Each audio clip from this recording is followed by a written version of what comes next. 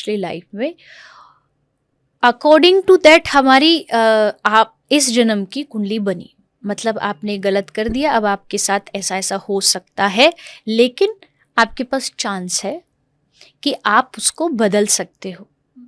आप अपने विचार, व्यवहार, अपने एक्शंस, अपने कर्म, उनको चेंज करिए तो आपका भविष्य भी बदल सकता है।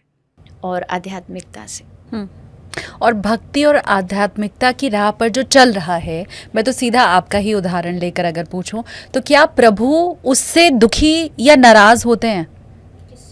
भक्त से नाराजगी होती है भगवान की?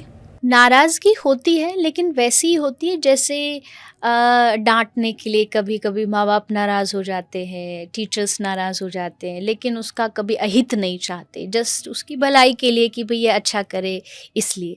तो भगवान ऐसे नाराज़ नहीं हो सकते।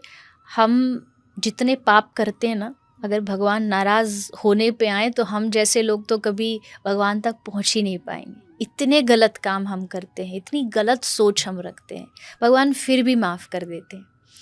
एक कहावत है ना कि मैं रोज़ गुनाह करता हूँ और तू मुझे रोज़ बख्श देता है, क्योंकि मैं आदत से मजबूर हूँ और तू रहमत से मशहूर है।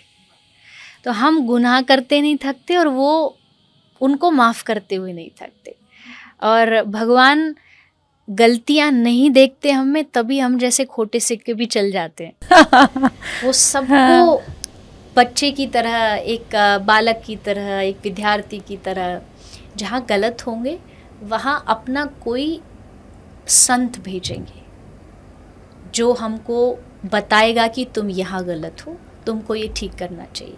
अगर आपका कोई गुरु है, कोई संत है, वो अगर आपको करेक्ट कर रहे हैं कहीं किसी जगह पे कि नहीं ये तू गलत करा, इट मीन्स भगवान उनको प्रेरणा दे रहे हैं, उनके माध्यम से आपको ठीक कराने की कोशिश कर रहे हैं। उसके अलावा भगवान नाराज़ नहीं होते। जैसे मुझे लगता है देवता भी बिना बात तो नाराज़ वो भी नहीं होते। जैसे लोग कहेंगे शनि नाराज़ चल रहे हैं, हाँ। शनि टेढ़ा चल रहा है, राहु टेढ़ा चल रहा है।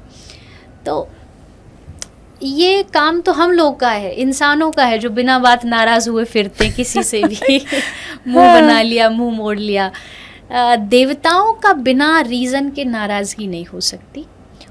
उनकी नाराज़गी का कारण है आपके गलत कर्म। अगर राहु भी टेढ़ा, इसका मतलब आपके कर्म टेढ़े। शनि टेढ़ा मतलब कर्म टेढ़े हैं।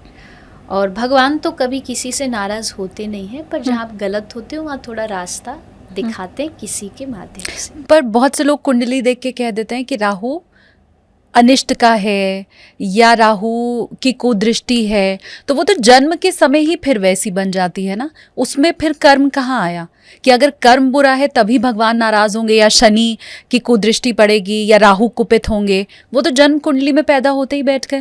देखिए, पहली बात तो यह है कि ये मेरा सब्जेक्ट नहीं है। सब्जेक्ट मतलब कई लोगों को इसमें बिलीव होता है कि भाई मेरा ग्रह ऐसा है, मेरा घर। मुझे बिल्कुल भी इन सब चीज़ों में विश्वास नहीं है, क्योंकि मेरा जीवन शुरू से ही भक्ति में रहा है। तो मुझे भरोसा है बस एक, उधर ही, श्री कृष्ण पर। अब ना मुझे जन्म कुंडली से कोई मतलब है, ना किसी ग्रह से मतलब है कि ये टेढ़ा हो जाएगा। सब प्रणाम है, लेकिन किसी से भी डर नहीं है, या किसी से ऐसा नहीं है कि ये मेरा गलत अनिष्ट कर देगा। दूसरी बात जो आपने कही कि जन्म से बन जाती है, तो वो जन्म से कहाँ से बनी? जन्म पर भी अगर आप मान रहे हो कि जन्म से ही बन गई, तो वो आपके पिछले जन्म में जो आपने किया उसके हिसाब से बनी है। ऐसे तो कोई भी जन्म कुंडली नहीं बन जाती ना, कोई भी हमारा भविष्य नहीं बन जाता। हमने जो पास्ट में हम करके आए अपने पिछले लाइफ में, अकॉर्डिंग टू दैट हमारी आप इस जन्म की कुंडली बनी। मतलब आपने गलत कर दिया, अब आपके साथ ऐसा ऐसा हो सकता है, लेकिन आपके पास चांस है कि आप उसको बदल सकते हो। आप अपने विचार, व्यवहार, अपने एक्शंस, अपने कर्म, उनको चेंज करिए तो आपका भविष्य भी बदल सकता है। लेकिन उस भविष्य को बदलने के लिए आपको थर्ड पर्सन की ज़रूरत नहीं है, सेकंड पर्सन की ज़रूरत नहीं है कि ये आके कुछ करे जिससे बदल जाएगा। बदलोगे आप खुद ही, बदलोगे आप अपने कर्मों से ही। मतलब कोई ऐसा तंत्र नहीं है, मंत्र नहीं है, ऐसा कोई एक्टिविटी नहीं है कि ये करने से भविष्य बदलता है। तो वो आपके अपने करने से, आपके अपने अच्छे कर्मों की ओर शिफ्ट हो जाने से ऑटोमेटिकली आपके ग्रह, आपकी अशांति, आपका मन अगर अशांत है, घर में अशांति, वो सब तभी चेंज हो सकती है। अच्छा, फ्लाइट जब चल रही होती है तो इसमें एक होता है ऑटो पायलट मोड। जी। तो कोई ऐसी विधि है जीवन की जिसका अनुसरण अगर कर लिया जाए तो ऑटो पायलट मोड में फिर चलता ही रहे जहाज? बिल्कुल है। अब सौंप दिया इस जीवन का सब भार तुम्हारे हाथों में, है जीत तुम्हारे हाथों में, है हार तुम्हारे हाथों में। इससे बड़ा ऑटो पायलट क्या हो सकता है कि भाई हमने आपके हाथ में सौंप दिया, हमने आपके चरणों में सौंप दिया। इसी को भरोसा कहते हैं, समर्पण कहते हैं। तो समर्पण जो है ये ऑटो पायलट मोड है। अगर आप भगवान को समर्पित हो, इसका मतलब है कि अब वो चला रहा है, वो संभाल रहा है, बुरा भी होगा उसमें भी अच्छा होगा, क्योंकि चलाने वाला ड्राइवर वही है, हमारी गति को करने वाला वही है। और अगर मैं कहूँ तो मैं कथा में भी बोलती हूँ कि आप एक बस में बैठ जाते हो टेंशन फ्री, सो भी जाते हो बिना ये जाने कि ड्राइवर कौन है। आप फ्लाइट में बैठ जाते हो बिना पायलट को जाने और सो भी जाते हो टेंशन फ्री। आप गाड़ी में बैठ जाते हो बिना ड्राइवर का अता पता जाने। लेकिन जीवन का ड्राइवर कौन है उसका नाम भी पता है, फिर भी आप टेंशन में मरे जा रहे हो, फिर भी आप परेशान हो और फिर भी आप उस पर भरोसा नहीं कर रहे। आपको लगता नहीं अब गाड़ी डूब जाएगी, अरे वो है ना संभालने के लिए। जब उन ड्राइवर्स पे आप भरोसा कर सकते हो तो जीवन का मालिक तो भगवान है, उस पर भरोसा करके देखो, आपकी गाड़ी को वो आराम से कहते हैं ना भव सागर जो है, संसार सागर, इससे पार लगाने वाले भगवान ही होते हैं। तो आपको उनको देना पड़ेगा, आपको उनको सौंपना पड़ेगा। और ये समर्पण भाव आ सके फिर उसके लिए क्या करें? इसके लिए आपको थोड़ा सा इतिहास के भक्तों को, उनकी कहानियों को पढ़ना पड़ेगा, क्योंकि उन कहानियों से हमको मोटिवेशन मिलता है, हमको समझ आती है कि अच्छा मतलब ऐसा भी होता है कि जब सब कुछ ख़त्म होने वाला हो, द्रौपदी की साड़ी खिंच रही है और उसको पता है अब सब चला जाएगा, तब उन्होंने दोनों हाथ उठा के भगवान को पुकारा था और भगवान ने आकर के साड़ी का रूप बना करके उनकी इज्जत को बचा लिया। तो जब इतने वो शक्तिशाली हैं कि लास्ट मोमेंट पर भी आके वो पूरी बाजी पलट सकते हैं, तो उन कथाओं को सुन के, इसलिए हम ये काम इसलिए करते हैं, ये कथा का बोलना, कथाएं सुनाना, ताकि लोगों को समझ आए कि किस पे भरोसा करना है, क्यों भगवान को समर्पित होना है। सत्संग आपको भगवान से जोड़ता है। सत्संग में जब कथाएं सुनाई जाती है भक्तों की, तो अपने आप सत्संग, कथा, भागवत ये भगवान के स्वभाव को बताती है। और जब भगवान के स्वभाव को आप जान लेंगे तो अपने आप समर्पित हो जाएंगे कि नहीं, मुझे करना चाहिए, मुझे भगवान पे भरोसा रखना चाहिए। तो सत्संग सुनो, कुछ पढ़ो, भागवत, रामायण, भगवत गीता, ये सब आप पढ़ेंगे तो आपको समर्पण का महत्व समझ आएगा और अपने आप आपके भीतर समर्पण की भावना जागृत होगी। अच्छा, अक्सर ही हमने लोगों को कहते सुना है कि वो तो बड़ा दुष्ट है और ऐसे ही उसने सब धन संपदा कमा ली है। तो अमूमन ऐसा समाज में क्यों उदाहरण दिखाई देता है कि जो बेचारा बहुत अच्छा है, साधु संत किस्म का हमें दिखाई दे रहा है, सज्जन पुरुष, वो तो दुखी दिखाई देता है, और जो दुष्ट प्रवृत्ति का दिखाई देता है वो बाहर से देख करके लगता है बड़ा सुखी है।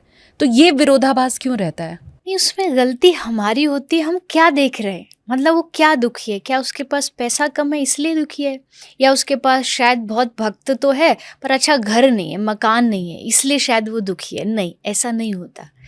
दुख अगर आप डीपली जा कर के देखोगे ना, तो जो भगवान का भक्त होगा वो भले ही मटीरियली कमज़ोर होगा लेकिन अंदर से वो बहुत खुश होगा। अंदर से उसके पास कुछ ना होते हुए भी, जैसे सुदामा था, सुदामा जी के पास कुछ भी नहीं था, खाने को एक समय का, एक टाइम का खाना भी नहीं था। पर सुदामा से पूछो, या कोई दुनिया का ऐसा आदमी पैदा हो जाए जो ये कह दे सुदामा गरीब था। सुदामा की अमीरी किसके पास हो सकती है कि कुछ ना होते हुए भी भगवान कह रहे कुछ चाहिए तुझे। सुदामा ने कहा नहीं, कुछ नहीं चाहिए, मेरे पास तू है, काफ़ी है। तो हम, ये डिपेंड करता है नज़रिए पे। आप जो देख रहे हो कि भाई वो गलत आदमी है, गलत काम करता है, फिर भी सुखी है, फिर भी फ्लाइटेड चार्टर्ड में घूमता है और उसके पास लोग हैं, नौकर है, चाकर है, ये सब टेम्परेरी है। ये सब लग रहा है कि हाँ अभी के लिए बड़ा खुश है, बड़ा बड़ा आनंद आ रहा है इसके जीवन में। एक दिन आएगा ये सारा उसका जो बैलेंस है ख़त्म हो जाएगा, ज़ीरो हो जाएगा, और फिर वो भटकेगा दुनिया में, किसी भी रूप में भटकेगा, परेशान होगा, अंदर से दुखी होगा।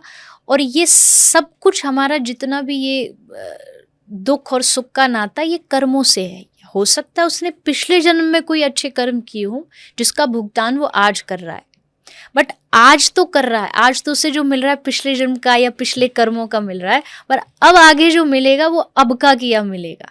तो आप ये कभी भी नहीं सोचना, या किसी सोच से हम ऐसा मन में विचार कर लेते कि भाई गलत कर रहा है और वो सुखी हो रहा है। नहीं, या तो उसके थोड़े बहुत पिछले कर्म भगवान उसको जल्दी जल्दी ख़त्म कर रहे हैं कि इसको दे करके इसको जल्दी से निपटाओ, इसके अच्छे कर्मों का पुण्य दो, और फिर इसको असल मज़ा चखाते हैं, या इसको फिर इसके कर्मों का भुगतान करने को देंगे। लेकिन इस दुनिया में ऐसा कभी नहीं होता कि बुरा कर्म वाला मज़ा करे और अच्छे कर्म वाले दुखी रहें। एट दी एंड जा कर के अच्छे कर्म का अच्छा ही फल मिलेगा, ये 100% गारंटेड है। शास्त्र इस बात को बार बार हमें समझाता है, कहते हैं, शास्त्रों में लिखा है कि आपके अच्छे कर्मों का फल हो सकता है थोड़ा सा देरी से आए, क्योंकि बुरे कर्मों का फल भी देरी से ही आ सकता है। अब आज हम जो बीज बो देंगे ज़रूरी नहीं कल ही उस पर फल आ जाएगा, थोड़ा टाइम लगेगा, लेकिन फल आएगा। वैसे ही कर्मों का भी फल आएगा, अच्छा होगा या बुरा होगा। कृष्ण की कथा आप सुनाती हैं, उनके मर्म को समझाती हैं, और मुझे लगता है ये जो मैं सवाल आपसे पूछने वाली हूँ इसका आपसे बेहतर कोई जवाब नहीं दे सकता। हम अक्सर देखते हैं कि एक वर्ण जो व्यवस्था बनाई गई है कि ब्राह्मण कुल का जितने भी शख्स होंगे वो ब्राह्मण ही होते हैं, भाई बंधु चाचा ताऊ सारे। कृष्ण को लेकर मेरे मन में सवाल है कि कृष्ण खुद भगवान स्वरूप, उनके माता पिता देवता तुल्य थे, फिर ये कैसे संभव था कि जो उनके मामा थे कंस, वो दैत्य थे, वो असुर थे। एक ही परिवार में पैदा हुए ये सारे लोग, एक देवता और दूसरा दानव, ये कैसे हो सकता है? एक कोई जब मूवी बनती है, सीरियल बनता है, उसकी स्टोरी को बनाने के लिए उसमें हर कैरेक्टर देना पड़ता है, अच्छा भी बुरा भी, सपोर्टिव एक्टर्स भी होते हैं, नेगेटिव भी होते हैं, विलेंस भी होते हैं, हीरो होता है, हीरो की बहन होती है, माँ होती है।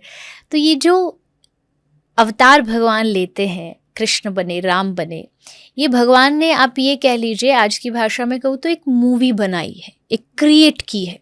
क्योंकि भगवान को ना तो 14 वर्ष वनवास जाने की जरूरत थी, ना भगवान श्री कृष्ण को ब्रज छोड़ के जाने की आवश्यकता थी। ये सब भगवान ने बनाया, एक कहानी बनाई कि ऐसे ऐसे ऐसे से मुझे लीला करनी है।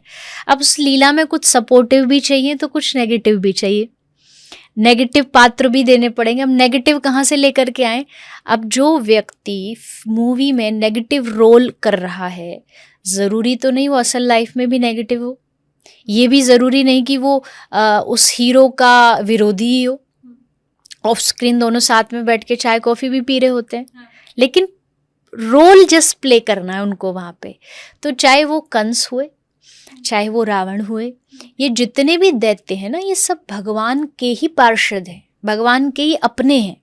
पर भगवान को लीला में एक कैरेक्टर तो चाहिए ना, थोड़ा सा जो नेगेटिव रोल अदा करे।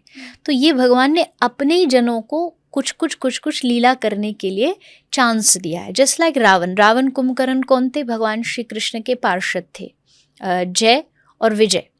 उनको भगवान ने एक लीला करके श्राप दिलाया और वही रावण और कुंभकर्ण बन के आ गए। कृष्ण अवतार में वही शिशुपाल और दंतवक्र बन के आ गए।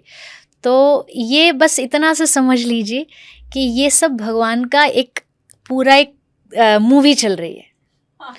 इसमें कोई भी सीरियसली नहीं लेना है कि नहीं ये भगवान का दुश्मन कैसे हो गया। ये सब भगवान की इच्छा से ही हो रहा है। जो उनके विलेन हैं, जो दैत्य हैं, जो असुर हैं, वो भी भगवान ने प्रकट किए हैं कि भाई तुमको मेरा इस लीला में सपोर्ट करना है, तुमको ये रोल अदा करना है और तुम्हें ये करिए।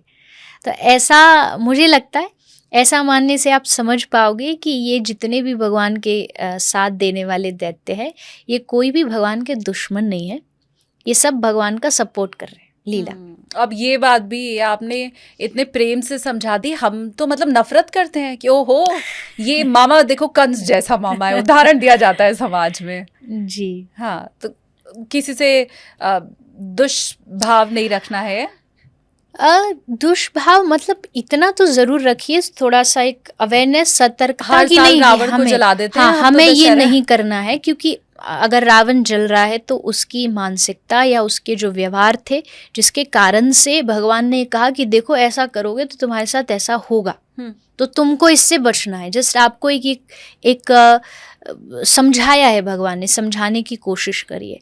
बाकी नफरत, अब वही वाली बात है, एक बड़ी सुंदर लाइन कहीं मैंने पढ़ी थी कि दशहरा के दिन रावण जल रहा था और जलता हुआ रावण का पुतला वहाँ जितनी भीड़ खड़ी थी उन सब से पूछ रहा था कि मुझे तो जला रहे हो, पर ये बताओ तुम में से राम कौन है, मुझे जलाने से पहले राम जैसा बनो। तो केवल रावण को जला के रावण को दोष दे देना बहुत आसान है, लेकिन हम कितने ऐसे काम करते हैं जो उन्हीं दैत्यों के बराबर है। जो आज के ज़माने में कभी कभी हम न्यूज़ सुनते हैं, बच्चे ने माँ को गला काट के मार दिया, किसी बच्ची के साथ रेप हो गया, किसी अपनी बेटी के साथ कुकृत्य लोग करते हैं, तो क्या ये रावण से कम है? कम से कम रावण ने माँ सीता को, जानकी को लाके रखा, एक मर्यादा तो रखी कि मुझे छूना नहीं है जब तक उनकी इच्छा ना।